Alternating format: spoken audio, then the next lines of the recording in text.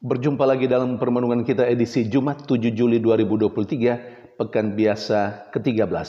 Bacaan-bacaan liturgi hari ini, bacaan yang pertama dari Kitab Kejadian, bab 23 ayat 1-4 dan ayat 19, dilanjutkan dengan bab 24 ayat 1-8 dan ayat 62-67. Bacaan Injil dari Injil Matius bab 9 ayat 9 sampai 13. Ketika membaca dan merenungkan bacaan Injil hari ini, mengingatkan saya akan sabda Yesus yang sudah disampaikan kepada para muridnya dan semua orang yang percaya kepadanya yang mau merenungkan. Ketika itu Yesus bersabda, "Jangan kamu menyangka bahwa aku datang untuk meniadakan hukum Taurat dan kitab para nabi. Aku datang bukan untuk meniadakannya, tetapi untuk menggenapinya, untuk menyempurnakannya." Kata-kata Yesus ini lalu kemudian bagi saya pribadi, saya pahami bahwa ada yang belum sempurna, ada yang kurang sempurna yang ada di dalam hukum Taurat dan kitab para nabi. Atau sekurang-kurangnya masih ada praktek yang keliru memahami apa yang tertulis dalam hukum Taurat dan kitab para nabi. Masih ada yang kurang dalam prakteknya.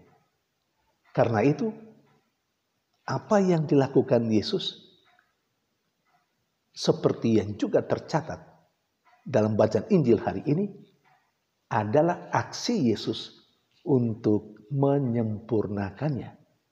Aksi Yesus untuk menggenapinya.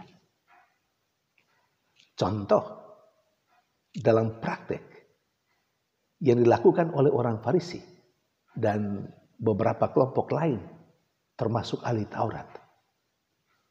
Mereka menyingkirkan orang-orang berdosa dari pergaulan kehidupan bermasyarakat. Orang-orang yang dianggap orang berdosa atau orang berdosa sungguhan itu disingkirkan, dikucilkan dalam pergaulan. Ketika Yesus hadir, Yesus malah mendekati orang-orang berdosa itu. Bahkan seperti yang dikatakan dalam bacaan Injil hari ini, Yesus malah makan bersama dengan orang-orang berdosa. Termasuk Matius yang dipanggil oleh Yesus, yang sedang duduk di kantor cukai. Saudari dan saudara yang terkasih, aksi Yesus dalam hal ini bahwa dia akhirnya membuat sesuatu yang lain sama sekali dari praktek hidup orang Farisi dan ahli Taurat yang menyingkirkan dan mengucilkan orang-orang berdosa adalah aksi Yesus merombak hal yang salah, yang belum sempurna dalam praktek hidup bermasyarakat, bahkan dalam hidup beragama. Saudari dan saudara yang terkasih, ada begitu banyak hal yang belum sempurna dalam kehidupan bermasyarakat dan dalam kehidupan beragama. Apa yang mesti kita lakukan? Yang pertama, kita mesti tahu persis apa yang masih kurang dalam kehidupan bermasyarakat dan dalam kehidupan beragama bahkan. Kehadiran kita mesti seperti Yesus itu, yang datang untuk menyempurnakan apa yang masih kurang. Kita hadir untuk membuat sesuatu dalam kehidupan bermasyarakat dan juga dalam kehidupan beragama membuatnya menjadi lebih baik, lebih sempurna. Tidak malah merusak atau menghancurkannya. Saudari dan saudara yang terkasih, saya beri contoh dalam kehidupan bermasyarakat. Ada praktek yang menganggap orang lain yang tidak seagama, yang tidak seiman, tidak seetnis sebagai lawan, sebagai musuh. Ini praktek yang keliru. Ini praktek yang belum sempurna. Maka kehadiran kita adalah merubah, mengubah, membuat supaya lebih sempurna. Tentu ukuran kesempurnaan adalah apa yang menjadi keinginan, kehendak Allah sendiri. Allah menghendaki supaya semua kita bersaudara. Semua kita dari latar belakang apa saja, etnis, agama, iman. Kita semua adalah anak-anak dari Allah yang satu dan sama. Maka ada juga usaha sekarang ini ketika berhadapan dengan kelompok-kelompok yang suka mempermasalahkan atau yang suka mendiskreditkan atau yang suka membeda-bedakan bahwa kita berbeda, oke. Tapi menjadikannya sebagai lawan.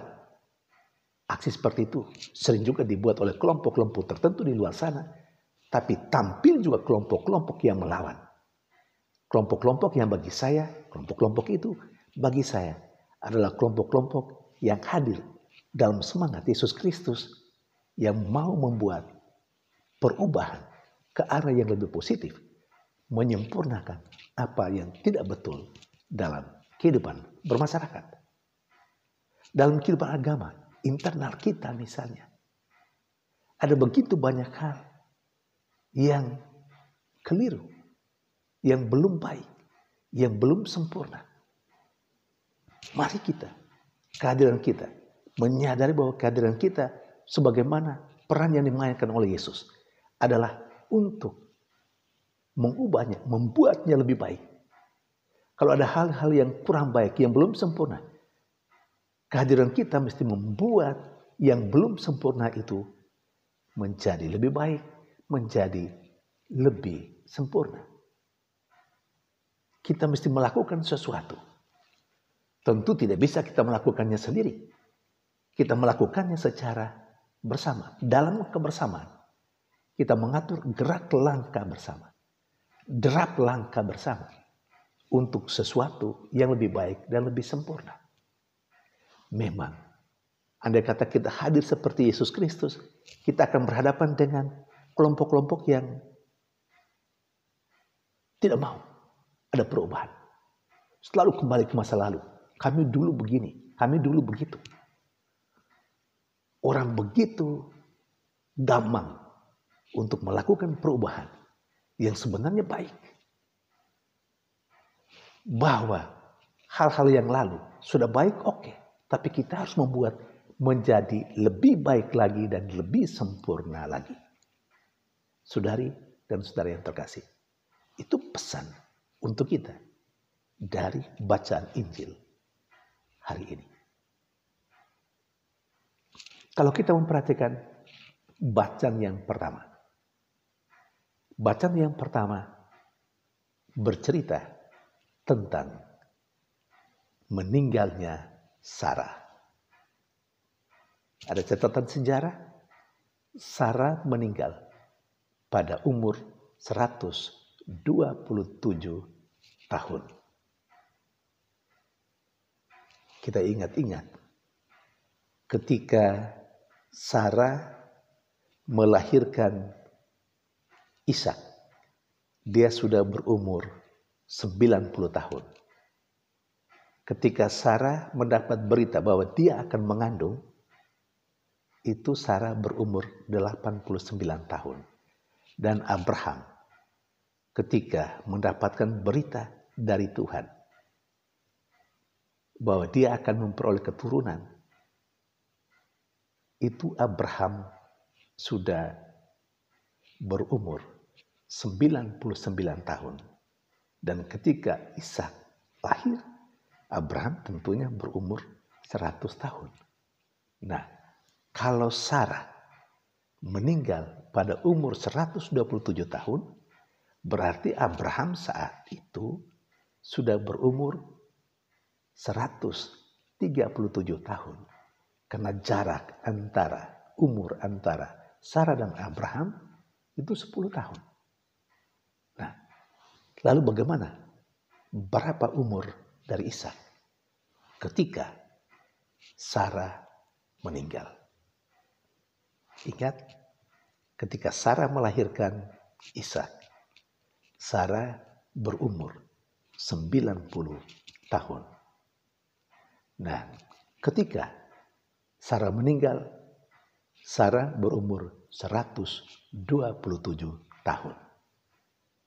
Kita ingat bukan?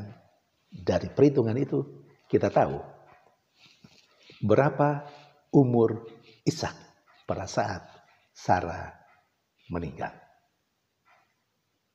Ada yang tahu? Ishak saat itu berumur 37 tahun. Saudari dan saudara yang terkasih, itu catatan sejarah supaya kita tahu saja.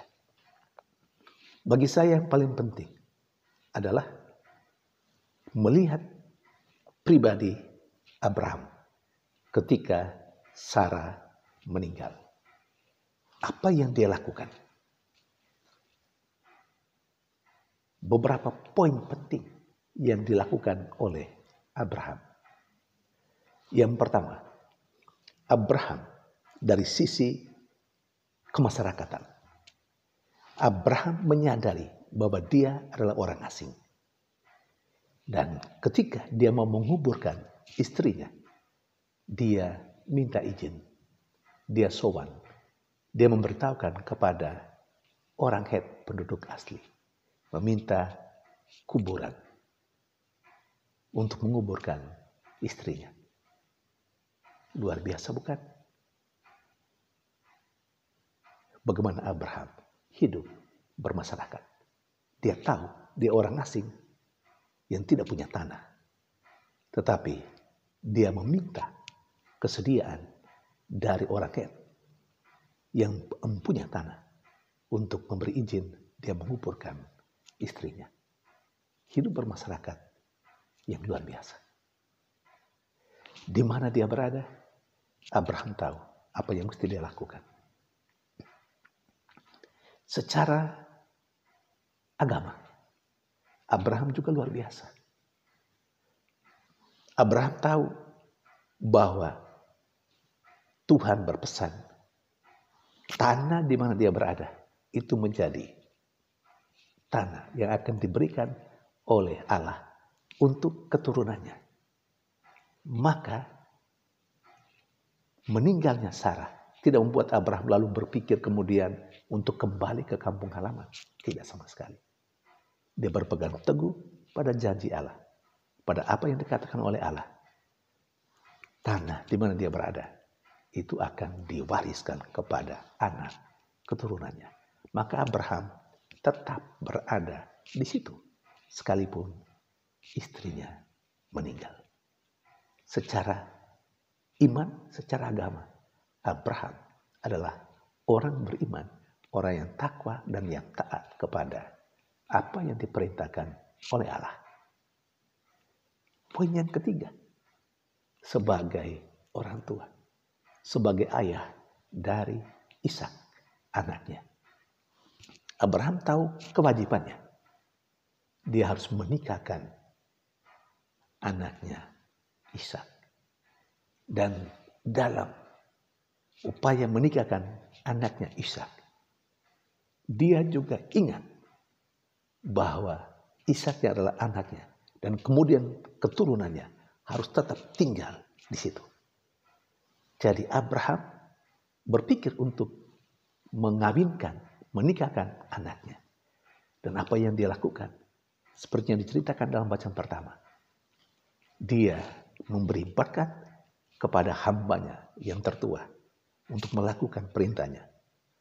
Abraham menyuruh hambanya itu untuk kembali ke kampung halamannya, ke negeri asalnya, mencari seorang putri yang kemudian dijadikan sebagai istri dari Ishak. Dan memang berkat Allah, semua proses itu terjadi dan datanglah Ribka menjadi istri dari Ishak. Sebagai orang tua, Abraham telah melakukan apa yang menjadi kewajibannya terhadap anaknya.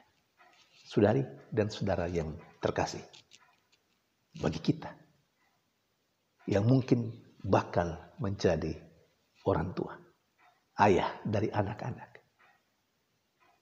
mari kita melihat contoh hidup Abraham. Tanggung jawab kita sebagai orang tua sejauh mana? Lakukan itu. Tanggung jawab kita sebagai orang tua yang beriman, lakukan semuanya sebagai orang yang percaya terhadap anak. Dan dalam hidup bermasyarakat, perlu kita tahu apa yang menjadi kewajiban kita, yang harus kita lakukan sebagai warga masyarakat. Perlu kita tahu dan kita lakukan itu. Dalam konteks hidup menggereja, di mana kita berada, kita mesti melaksanakan apa yang menjadi kewajiban kita di tempat di mana kita berada. Kalau adanya di tempat A, laporkan diri di sana sebagai warga, entah warga masyarakat atau warga gereja. Jangan sampai tinggalnya di A, diam-diam saja. Terjadi apa-apa, baru kemudian orang tahu bahwa, oh dia orang Katolik atau orang Kristen. Baru kemudian sesudah terjadi apa-apa. Jangan. Kita mencontohi kehidupan bermasyarakat, kehidupan menggereja dalam iman seperti Abraham. Saudari dan saudara terkasih, semoga bacaan-bacaan liturgi hari ini menginspirasi kita untuk menata hidup lebih baik lagi sebagai warga masyarakat, sebagai warga gereja, orang beriman, dan juga sebagai orang yang bertanggung jawab atas anak, atas siapapun yang berada di bawah bimbingan kita. Tuhan memberkati.